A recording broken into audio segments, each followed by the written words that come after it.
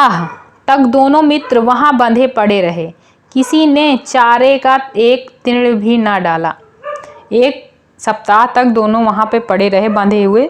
किसी ने चारे का एक तिनका, तृण मतलब तिनका, छोटा सा दान, तिनका भी वहां पर नहीं डाला कि वो खा लें। हाँ, एक बार पानी दिखा दिया जाता था, मतलब बिना कुछ खाए भैया पानी अच्छा थोड़ी ना लगता है, लेकिन बस वही पानी दिखा दिया जाता था कि बस उसी में अघा थोड़ी ना जाएंगे, लेकिन फिर भी पानी दिखा दिया जाता था बस, और कुछ नहीं।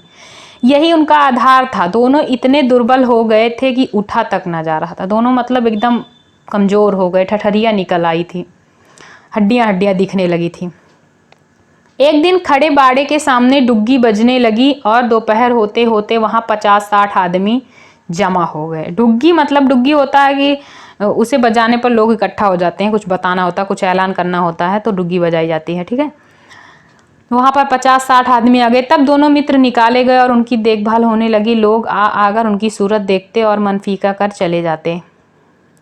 मतलब उन्हें बाहर निकाला गया और लोग आते उन्हें देखकर, इतने कमज़ोर बैलों को देखकर चले जाते। ऐसे मृतक बैलों का कौन खरीदेगा, मतलब ऐसे उनकी हालत हो गई थी बिना खाए पिए जैसे मर गए हों, तो उन्हें कौन खरीदेगा।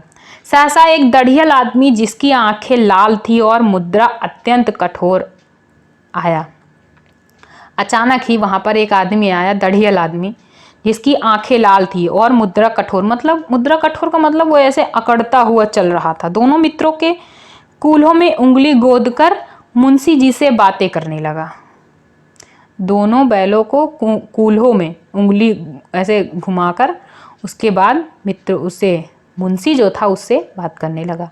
उसका चेहरा देखकर अंतर्ज्ञान से दोनों मित्रों के दिल कांप उठे। मतलब उसे देखने के बाद दोनों को लग गया कि भैया ये तो अब छोड़ने वाला है नहीं। मतलब वो पूरी तरीके से कांप रहे थे, डर गए थे। वह कौन है और क्यों टटोल रहा है, इस विषय में उन्हें कोई संदेह न हुआ, क्योंकि उन्हें पता चल चुका था यह कौन है। उन्हें कोई संदेह नहीं था कि ये अब सोचे कौन है कौन नहीं, वो जान चुके थे वो कौन है। दोनों ने एक दूसरे को भीत नेत्रों से देखा और सिर झुका लिया। दोनों ने एक दूसरे को देखा और फिर सिर नीचे झुका लिया। हीरा ने कहा, गया के घर से नाहक भागे।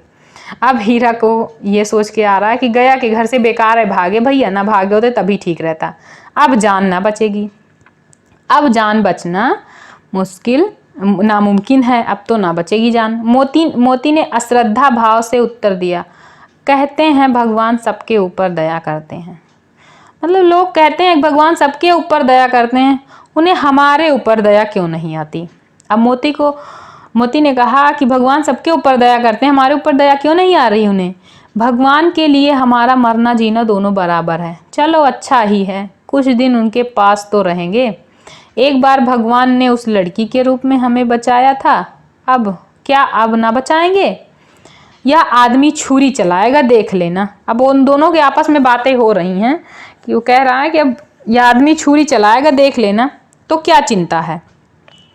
मांस खाल सींग हड्डी सब किसी न किसी के काम आ जाएंगी। अब हीरा कह रहा है कि चलो ठीक है मर जाएंगे कुछ नहीं, लेकिन जो हमारी मांस है, खाल है, सींग हड्डी, वो तो किसी के काम आएगी। नीलाम हो जाने के बाद दोनों मित्र उस दढ़ियल के साथ चले। अब दोनों मित्र को नीलाम कर दिया गया, दढ़ियल ने खरीद लिया उन्हें और वो दोनों उनके साथ चले। दोनों की बोटी बोटी कांप रही थी, मतलब उनका अंग अंग कांप रहा था कि भैया अब तो बचना, अब बचने का कोई रास्ता नहीं दिखाई देता, अब तो मरना पक्का है। बेचारे पांव तक ना उठा सकते थे, पैर नहीं उठ रहा था। भय के मारे गिरते पड़ते भागे जाते थे, क्योंकि वह जरा भी चाल धीमी होने पर जोर से डंडा मारता था। अगर वो थोड़ा भी धीमा चलते तो वो जोर से डंडा मारता था, जो दढ़ियल आदमी था, ठीक है। राह में गाय बैलों का एक रेवड़ हरे हरे हार में चरता नजर आया। मतलब रास्ते में जब वो दोनों जा रहे थे तो एक गाय बैलों का झुंड था जो रेवड़ हरे भरे, मतलब हरा भरा मैदान, जो खेत था जिसमें हार, मतलब खाली जगह बहुत सारा, बहुत जगह काफ़ी हार खाली हुई, तो वहाँ पे चरता नजर आया, मतलब उनका झुंड। सभी जानवर प्रसन्न थे, सभी जो जानवर थे वहाँ पे प्रसन्न थे, बढ़िया हरी हरी घास चर रहे थे, चिकने चपल मतलब सुंदर एकदम चिकने, खाए पिए मस्त। कोई उछलता था, कोई आनंद से बैठ गया, पागुर करता था। पागुर करता मतलब मुंह जो ऐसे चलाते नहीं है, वही मुंह चला रहे थे, पागुर कर रहा। कितना सुखी जीवन था इनका, कितना सुखी जीवन था, मतलब खाना मिल रहा है, आराम से खेल कूद रहे हैं, और क्या चाहिए। पर कितने स्वार्थी हैं सब, किसी को चिंता नहीं थी कि उनके दो भाई बधिक के हाथ पड़े कैसे दुखी हैं। मतलब वो दोनों सोच रहे हैं कि कोई चिंता नहीं है इनको, और ये नहीं सोच रहे हैं कि दो भाई हमारे बधिक के हाथ में पड़े हुए हैं। साथ साथ दोनों को ऐसा मालूम हुआ कि यह परिचित राह है, मतलब अचानक दोनों को ऐसा लगा कि हाँ हम इस राह पर आ चुके हैं, इस रास्ते को हम जानते हैं, यहाँ पर आए गए हैं हम। हाँ इसी रास्ते से गया उन्हें ले गया था। अब याद आया कि इसी रास्ते से तो गया इन्हें ले गया था। वही खेत, वही बाग, वही गांव मिलने लगे। प्रतिक्षण उनकी चाल तेज होने लगी।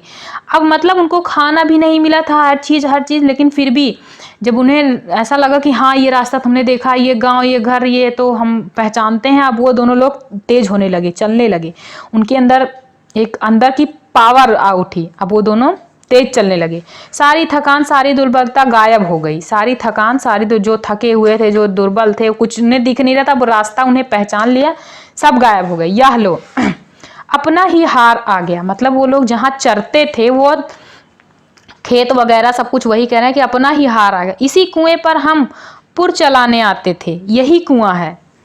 वो कह रहे हैं दोनों बैल आपस में कि अरे यही कुआं तो है जहाँ पर हम आते थे पुर चलाने। पुर चलाने का मतलब वहाँ पे पानी निकाला जाता था, पानी निकालते थे, पुर वही होता है, पहले सींचा जाता था।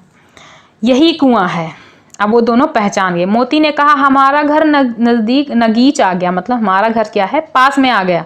हीरा बोला भगवान की दया है, मैं तो अब घर भागता हूँ, यह जाने देगा, इसे मैं मार गिराता हूँ। मतलब दोनों बातें होने लगी कि मैं भागता हूँ, फिर वो एक दूसरे ने कहा कि क्या मैं जाने देगा, उसने कहा मैं भागता हूँ, इसे मार गिराऊंगा। नहीं नहीं, दौड़कर थान पर चलो, वहां से हम आगे न जाएंगे। दोनों उन्मत्त होकर बछड़ों की भांति कुलेले करते हुए, मतलब दोनों एकदम खुशी हो गए और आराम से, मतलब अब उन्हें अपनी दुर्बलता, अपनी और किसी चीज का ध्यान ही नहीं रहा, दूनी शक्ति आ गई थी। हुए घर की ओर दौड़े, वह हमारा थान है, मतलब उन्होंने अपना थान देख लिया जहां पर वो बांधे जाते थे, तो वहां पर देखा कि वो हमारा थान है। दोनों दौड़कर अपने थान पर आ गए, दोनों दौड़कर अपने थान पर आ गए और खड़े हो गए। दड़ियल जो आदमी था वो भी पीछे पीछे दौड़ा चला आता था। झूरी द्वार पर बैठा धूप खा रहा था। झूरी द्वार पर बैठा, अपने बाहर दुआरे बैठे बढ़िया धूप खा रहे थे वो। बैलों को देखते ही दौड़ा और उन्हें बारी बारी से गले लगाने लगा। बैलों को देखते ही दौड़कर उन्हें बारी बारी से, मतलब उसे बहुत खुशी हुई कि मेरे बैल आ गए। मित्रों की आंखों से आनंद के आंसू बहने लगे, मतलब दोनों बैल जो थे वो रोने लगे।